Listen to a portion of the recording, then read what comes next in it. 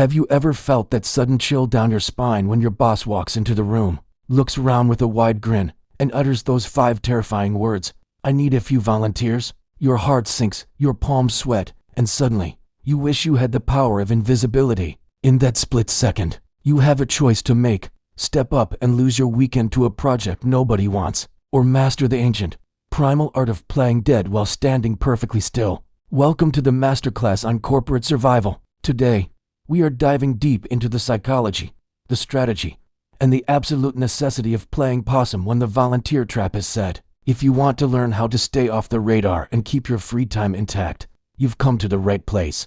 But before we get into the tactical maneuvers of the corporate world, do me a huge favor and hit that like button. It helps the algorithm find more people who are tired of being the office hero. And if you want to stay updated on how to navigate life's most awkward moments, make sure you subscribe to Playing Possum right now. Trust me, you don't want to miss what's coming next, because we are about to save you hours of unpaid overtime. The volunteer trap is a fascinating social experiment, conducted daily in office buildings across America. It's never actually about volunteering.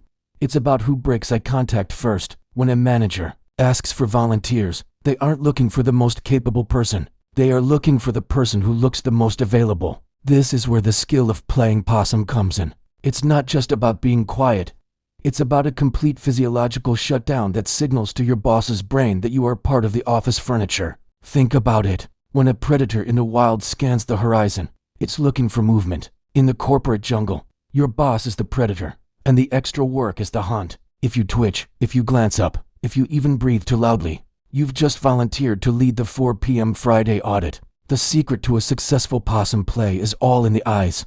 Most people make the mistake of looking down at their keyboard too fast. That's a tell. It shows you're guilty of having free time. Instead, you need the soft focus technique. You look at your screen, but you aren't reading. Your eyes are fixed on a single point. Your posture is rigid, and you are projecting an aura of someone who is so deeply embedded in a complex task that interrupting you might cause a company-wide server crash. Let's talk about the busy body mirage. This is a sophisticated level of playing possum where you are actually moving, but your soul has left the building. Have you ever noticed that guy who walks through the office holding a single piece of paper with a look of pure stress on his face? That man is a genius. He is playing possum in motion. He is unreachable. If the boss stops him to ask for a volunteer, he simply points at the paper, shakes his head sadly, and keeps walking. He has successfully signaled that his plate is full, even if that paper is just a printed recipe for sourdough bread. You see, the American workplace thrives on the appearance of productivity. If you look like you are struggling to keep your head above water, no one will throw you a heavy anchor.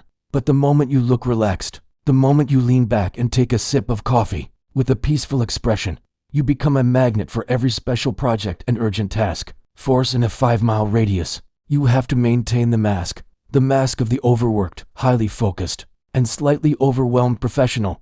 It's also important to understand the timing of the play. Most volunteer requests happen in that dangerous window between 10 a.m. and 2 p.m. This is when managers realize they've overpromised on a deadline and need someone else to do the heavy lifting. If you can stay in possum mode through the lunch hour, your chances of survival increase by 70%. During these peak hours, your phone is your best friend, but don't actually use it. Just hold it to your ear. Even if it's silent, a person with a phone to their ear is a person who is engaged. You are effectively dead to the outside world. This is the heart of what we talk about here on Playing Possum: adapting to your environment to protect your mental health. In the USA, the culture of hustle often makes us feel guilty for saying no. We feel like we have to be the go-getter. But here's a reality check.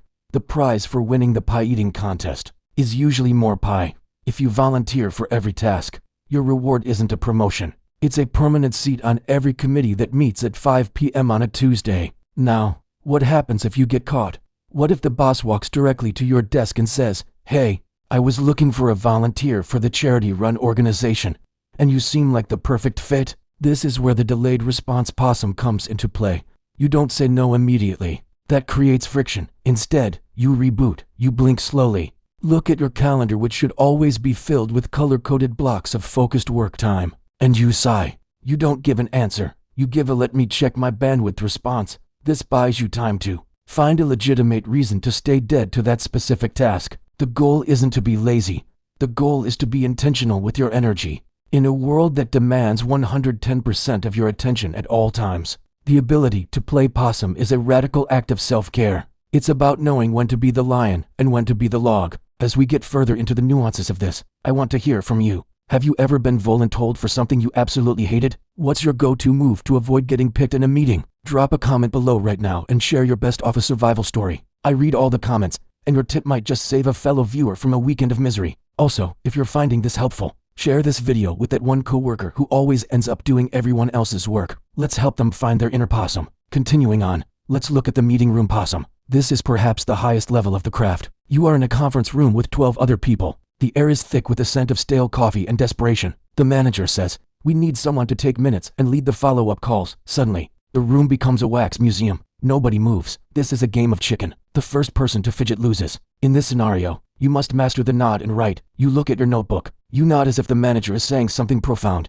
and you write. You can be writing grocery lists, lyrics to your favorite song, or just drawing circles. To the manager, you look like you are already documenting the process, which paradoxically makes them less likely to pick you to lead it. They want someone who isn't already deep in the details. There is also the technical difficulty possum.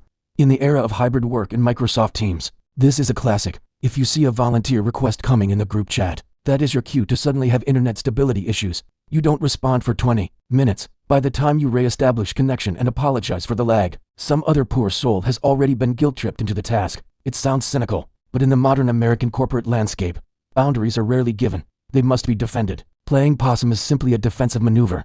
It's about ensuring that when you do say yes to something, it's because it actually matters to you, not because you were the easiest target in the room. Think about the opossum again. It doesn't play dead to be mean or lazy. It does it because it's a highly effective way to stay alive in a world full of predators. You are doing the same. You are protecting your life outside of those four walls. You are protecting your time with your family, your hobbies, and your sleep. So the next time you hear the V word at work, don't panic, don't look for the exit. Just stay calm, hold your breath, and remember everything we've discussed. Become the furniture, become the screen.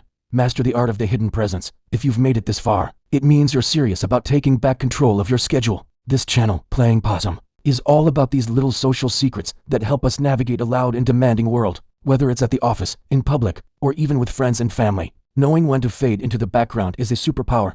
Thank you so much for watching and for being part of this community. Don't forget to hit that share button and send this to someone who needs a laugh or a lifeline at work today. And seriously, leave that comment about your most awkward volunteer moment. I can't wait to read them. Until next time, stay safe, stay hidden when you need to, and keep playing the game your way. We'll see you in the next video.